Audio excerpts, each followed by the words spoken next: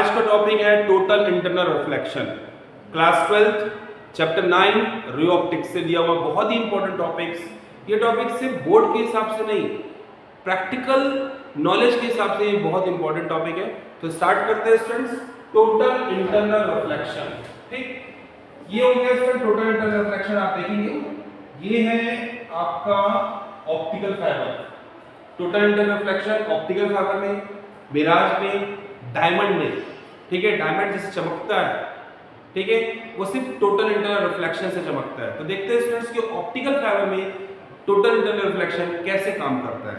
कैसे optical fibre में अपन एक जगह से दूसरी जगह कोई भी ठीक है कम्युनिकेशन कर सकते हो लाइट के फॉर्म में। तो स्टार्ट करते हैं। जस्ट लाइक ये ऑप्टिकल फाइबर है, ये वाला पार्ट है कोर और ये वाला पार्ट है क्लैडिंग। कोर का रिफ्रैक्टिव इंडेक्स नियर अबाउट 1.52 होता है और क्लैडिंग का रिफ्रैक्टिव इंडेक्स नियर अबाउट 1.48 होता है। इसका मतलब हो गया कि कोर ज्यादा डेंस हो गया है और क्लैडिंग क्या है, क्लैडिंग उसका ऊपर वाला पार्ट है, ठीक है, वो क्या है, कम डेंस है, मतलब रेयर मीडियम है। मतलब लाइट कहां से कहां जाएगी, ठीक है, डेंसर से रेयर जाएगी। तो ये वाला पार्ट हो गया आपका डेंसर और ये वाला पार्ट हो गया रेयर। तो स्टार्ट करते हैं। ये हो गया, लाइट जा रही है यहां से डेंसर से रेयर, और जब भी लाइट डेंसर से रेयर जाती है वो बेंड होती है अवे फ्रॉम द नॉर्मल। तो जाना उसका ऐसा था, वो बेंड हो गया ऐसा। ये हो गया इंसिडेंट एंगल I1। ये इंसिडेंट एंगल को मैं और बढ़ा लेता हूं। मान लो अगर इंसिडेंट एंगल में इसको कर दिया तो लाइट क्या होगी, और ज्यादा रिफ्लेक्ट कर दी, ये ऐसे चलेगी। अगर मैं और बढ़ा देता हूं एंगल, ये हो गया मेरा I3 I2 और ये वाला एंगल है I3। तो आप देख सकते हैं कि अगर मैं क्रिटिकल एंगल को मतलब कि I3 को और बढ़ा दूं तो लाइट क्या होगी, अब 100%, ठीक है, एंगल कितना बना ली, 90 डिग्री बना ली। मतलब एंगल ऑफ रिफ्रैक्शन कितना हो गया, 90 डिग्री। तो आप रिलेशन देखेंगे I1 I2 और I3। ये I3 जो है इसी को क्रिटिकल एंगल बोलते हैं। ऐसा एंगल ऑफ इंसिडेंस जिससे क्रिटिकल जिससे रिफ्रैक्शन एंगल 90 डिग्री बन जाए उसको बोलते हैं क्रिटिकल एंगल। मैं फिर से रिपीट करूंगा, the angle of incidence through which the angle of refraction become 90 degree, that is called critical angle. ठीक, अगर मैं इससे और एंगल बढ़ा लूं, अगर एंगल ऑफ इंसिडेंस को और इंक्रीज कर लूं, मतलब कि I4 में चले जाओ, I4 और ज्यादा बड़ा है क्रिटिकल एंगल से, ये हो गया I4, ठीक है, I4 इसको क्या बोल दिया अपन ने, क्रिटिकल एंगल IC। अगर अपन ने क्रिटिकल एंगल से और ज्यादा एंगल ऑफ इंसिडेंस बढ़ा दिया तो क्या होगा, आप देख सकते हो कि लाइट अब रिफ्रैक्ट नहीं होगी, अब क्या होगी, 100% रिफ्लेक्ट होगी। ये लाइट क्या होगी, वापस आ गई। तो इसी तरीके से स्टूडेंट्स आप देख सकते हैं लाइट गई, फिर यहां से गई, फिर ऐसे गई, इस तरह से निकल जाती है।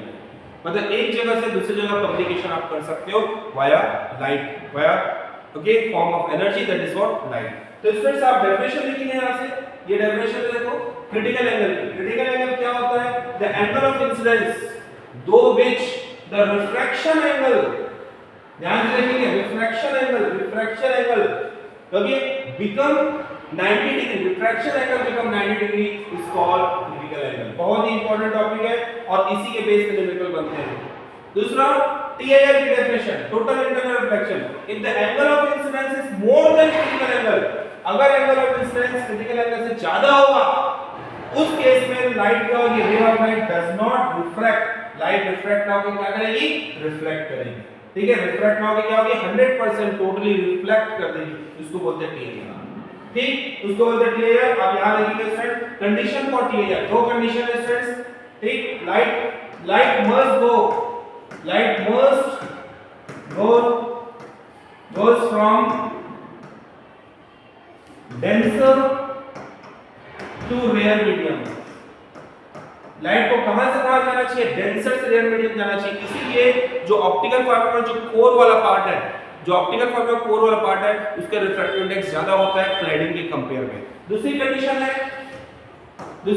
है, ठीक है, angle of incidence must be greater than critical angle. जो एंगल ऑफ इंसिडेंस होना चाहिए वो क्रिटिकल एंगल से ज्यादा होना चाहिए, तभी लाइट टोटल इंटरनल रिफ्लेक्शन करेगी।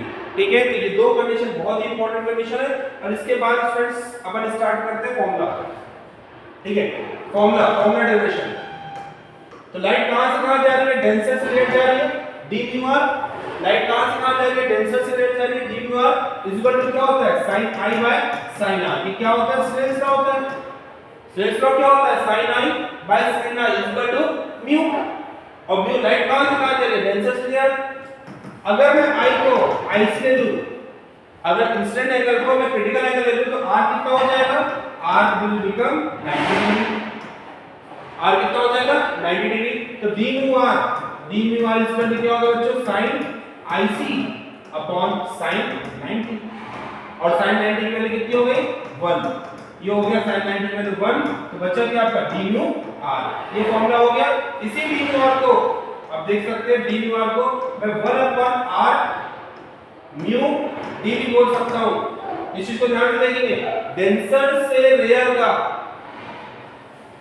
1 अपॉन रेयर से डेंसर होता है, इसको ओके रेसिप्रोसिटी थ्योरम बोलते हैं।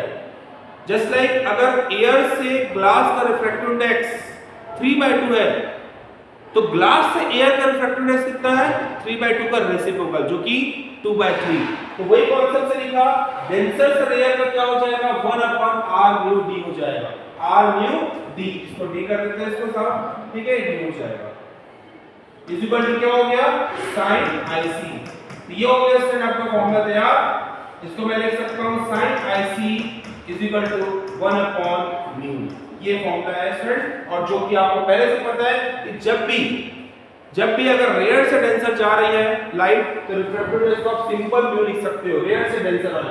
हां, डेंसर से रेयर वाला है तो आप उसको म्यू से रिप्रेजेंट नहीं कर सकते, उसमें आपको बताना पड़ेगा कि लाइट डेंसर से रेयर है। जस्ट लाइक अगर यहां देखेंगे, अगर रेयर से डेंसर है तो इसको आप म्यू से रिप्रेजेंट करने के लिए अंडरस्टूड है कि रेयर से डेंसर जा रही है। बट अगर डेंसर से रेयर है तो इसको आपको सिर्फ म्यू से ऐसा रिप्रेजेंट नहीं कर सकते, इसमें आपको डेंसर से रेयर रिप्रेजेंट करना पड़ेगा। इसमें बताना पड़ेगा कि लाइट डेंसर से रेयर जा रही है, ठीक। और इसी वीडियो के साथ में मैं एक और वीडियो इस पर अटैच किया हुआ हूं, जिसमें आप देखेंगे कैसे ऑप्टिकल फाइबर किस प्रकार से दिखता है, किस तरह से ये वो लाइट ट्रेवल करती है, वो आप उसको जरूर देखेंगे। Okay friends, thank you.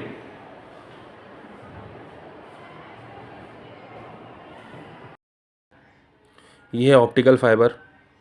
आप देख सकते हैं कि लाइट नीचे पे जल रही है और ये फाइबर के थ्रू यहाँ पर लाइट आपको दिख रही है। इसमें फाइबर में ये देखिए लाइट यहाँ पर है, ये है लाइट यहाँ पर, ये है लाइट यहाँ पर, और ये फाइबर है। यहाँ से लाइट टोटल इंटरनल रिफ्लेक्शन को होके यहाँ पर लाइट दिखने लगती है। इसमें कोई लाइट सिस्टम नहीं है, ये सिर्फ एक फाइबर है। पतला पतला देख सकते हैं आप, यहाँ पर एकदम थिन वायर रहता है। ऑप्टिकल फाइबर एकदम थिन वायर रहता है, इसके थ्रू लाइट यहाँ जलती है और कुछ इस टाइप की इसकी फिटिंग होती है। और आप देख सकते हैं यहाँ पर लाइट दिख रही है, ठीक है, इस टाइप की लाइट दिख रही है। ओके।